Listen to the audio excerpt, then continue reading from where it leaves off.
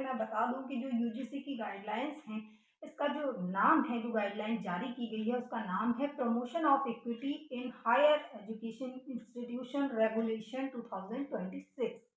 ये जो इम्प्लीमेंट हुई है गाइडलाइन, वो हुई है 13 जनवरी 2026 को।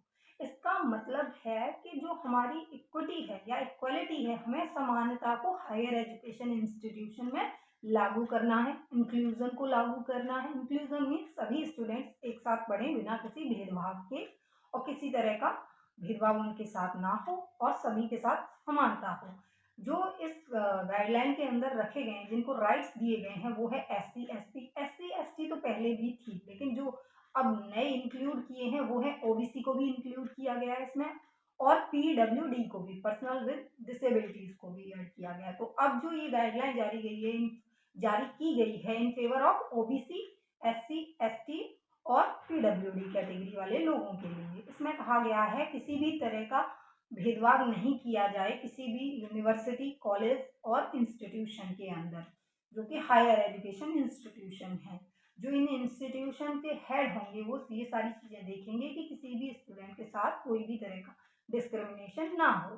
पहले क्या था कि कोई भी कास्ट बेस्ड डिस्क्रिमिनेशन ना हो, लेकिन अब इसमें एक और चीज़ जोड़ी गई है, दो तीन चीज़ें जोड़ी गई हैं, जैसे कि आप किसी भी तरह का गलत बिहेवियर नहीं कर सकते, किसी को अवॉइड नहीं कर सकते जो इन कैटेगरीज से हैं, और इनको इग्नोर नहीं कर सकते, गंदा बिहेवियर नहीं कर सकते, ट्रीटमेंट इनके साथ बुरा नहीं कर सकते, ये सारे जेस्चर गंदे नहीं दे सकते।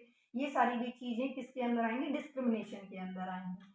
तो ये सारी चीज़ें दी गई हैं। और क्या कहा गया है कि जितने भी इंस्टीट्यूशंस हैं या कॉलेजेस हैं, उनकी जो एक उन सारे कैंपस के अंदर एक कमेटी बनाई जाएगी जिसका नाम होगा इक्वलिटी या इक्विटी कमेटी। वो क्या देखेगी कि कहीं भी ये सारी चीज़ें तो नहीं हो रही हैं।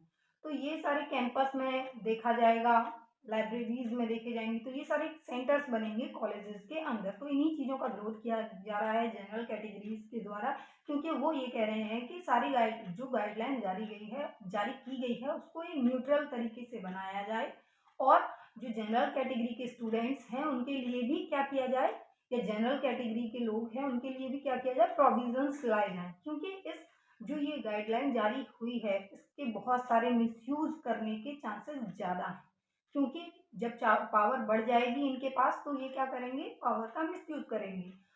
इस गाइडलाइंस के अंदर पिछली जो गाइडलाइंस थी उसमें ये दे रखा था कि अगर कोई मिसयूज करता है या कोई गलत कंप्लेंट करता है, तो क्या होगा, उसको पेनल्टी पे करनी होगी, या फिर कोई भी सजा होगी उसको वो करनी पड़ेगी। बट ऐसा इस गाइडलाइंस में कुछ भी